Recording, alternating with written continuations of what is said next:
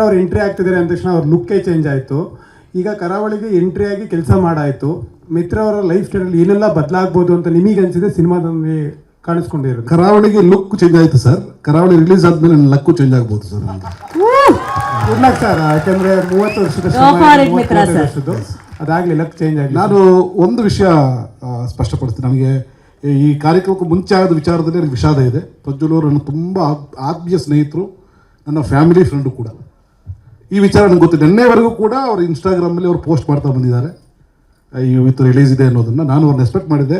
ಅವರು ಹುಟ್ಟುಹಬ್ಬದ ಶುಭಾಶಯಗಳನ್ನು ಈ ವೇದಿಕೆಯಲ್ಲಿ ಹೇಳಬೇಕು ಅಂತ ನಾನು ಭಾಳ ಆಸೆ ಪಟ್ಟಿದ್ದೆ. ಆಗಲಿಲ್ಲ, ಆಮೇಲೆ ಮಾತಾಡ್ಕೋತಾರೆ, ಅದು ಸರಿ ಮಾಡ್ಕೋತಾರೆ.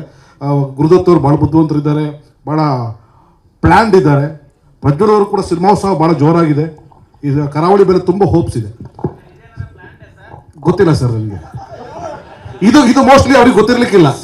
ಇಲ್ಲಿ ನಡೆದಿರೋದು ಮೋಸ್ಟ್ಲಿ ಪ್ರಜ್ವಲ್ ಅವರಿಗೆ ಗೊತ್ತಿರ್ಲಿಕ್ಕಿಲ್ಲ ಅಂತ ನನಗೆ ಅನಿಸುತ್ತೆ.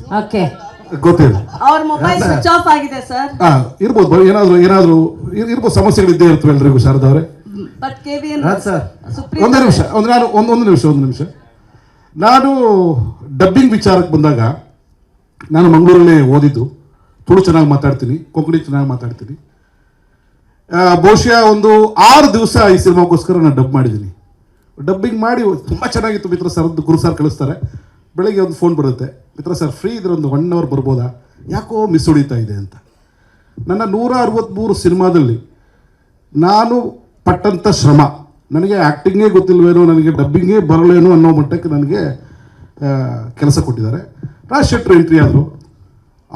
ಅವರಿಗೆ ದೊಡ್ಡ ಒಂದು ಸಿನಿಮೋತ್ಸವ, ದೊಡ್ಡ ಶಕ್ತಿಯಾಗಿ ನಮ್ಮ ಕರಾವಳಿಗೆ ಮತ್ತು ಕನ್ನಡ ಸಿನಿಮಾಗೆ ದೊಡ್ಡ ಒಂದು ಶಕ್ತಿಯಾಗಿ ರಾಜ್ ಶೆಟ್ರು ನಿಂತಿದ್ದಾರೆ. ಬಂದು ನನಗೆ ಡಬ್ ಮಾಡಿಸಿದ್ರು ಅವರು. ನಾನು ಸೀನಿಯರ್ ಆ್ಯಕ್ಟರು, ಅವ್ರಿಗಿಂತ ಮುಂಚೆ ಸಿನಿಮಾ ಇಂಡಸ್ಟ್ರಿಯಲ್ಲಿ ಇದ್ದೀನಿ, ಪ್ರೊಡಕ್ಷನ್ ಮಾಡಿದ್ದೀನಿ. ಅದನ್ನೆಲ್ಲವನ್ನು ಬಿಟ್ಟು ನನ್ನನ್ನು ರೆಡಿ ಮಾಡಿ, ಪ್ರಿಪೇರ್ ಮಾಡಿ, ಮಂಗಳೂರು ಸ್ಲ್ಯಾಂಗ್, ಅದರಲ್ಲಿ ಲ್ಯಾಂಡಿಂಗ್ ಪ್ರಾಬ್ಲಮ್ ಇದೆ ನಿಮ್ಮದು, ನನ್ನನ್ನು ಬಿಟ್ಟು ಡಬ್ ಮಾಡೋಕ್ಕೂ ಪ್ಲ್ಯಾನ್ ಮಾಡಿದರು.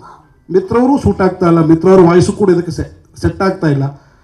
ನನ್ನನ್ನು ಬೇರೆ ಸ್ಟ್ರಕ್ಚರಿಗೆ ಕರ್ಕೊಂಡೋಗಿ ನನ್ನನ್ನು ಬೇರೆ ಒಂದು ರೀತಿಯಲ್ಲಿ ಒಂಥರ ನನಗೊಂದು 2 hours ಇದಕ್ಕೆ ಯಾರು ಇವರು ಮೊನ್ನೆ ಬಂದವರು 4 ಪಿಕ್ಚರ್ ಮಾಡಿದ್ದಾರೆ, ಹುಡುಕಿದ ತಕ್ಷಣ ದೊಡ್ಡ ಮನುಷ್ಯ ಆಗ್ಬಿಟ್ರು. ನನಗೆ ಹೇಳೋ ಬಟ್ಟಕ್ಕೆ ನನಗೆ ಈಗ ಹೊರಟಾಗಿದ್ದು ಉಂಟು.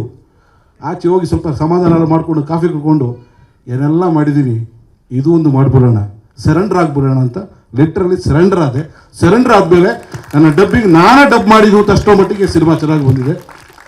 ಕೆಲವೊಂದು ಸಾಹಸ ದೃಶ್ಯಗಳು ಹೀರೋಗಳಿಗೆ ಮಾಡದೇ ಇದ್ದಾಗ ನಾವು ಡ್ಯೂಪನ್ನು ಯೂಸ್ ಮಾಡ್ತೀವಿ, ಹೌದಲ್ಲ?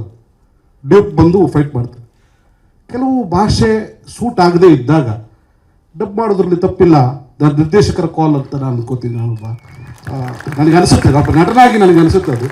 ಅದಕ್ಕೆ ಪ್ರಜ್ವಲ್ ಅವರು ಕೂಡ ಒಪ್ಕೋತಾರೆ ನಂಬಿಕೆ ನನಗಿದೆ. ಪಾತ್ರಕ್ಕೆ ಏನು ಬೇಕು ಅದನ್ನು ಅವ್ರು ಸರಿದೂಗಿಸ್ಬಲ್ಲರು. ಅಷ್ಟು ಸುಲಭ ಅಲ್ಲ. ನಾನು ಭಾಳ ಸುಲಭ ಅಂದ್ಕೊಂಡಿದ್ದೆ. ಮಂಗಳೂರು ಸ್ಲ್ಯಾಂಗು ಭಾಳ ಕಷ್ಟ ಇದೆ.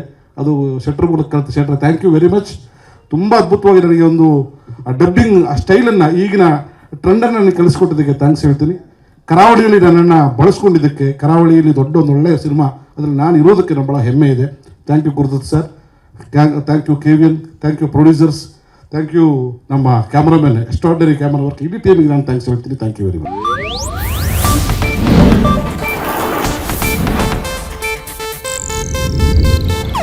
ಇದು ಏಷ್ಯಾನೆಟ್ ನ್ಯೂಸ್ ನೆಟ್ವರ್ಕ್ ಪ್ರಸ್ತುತಿ.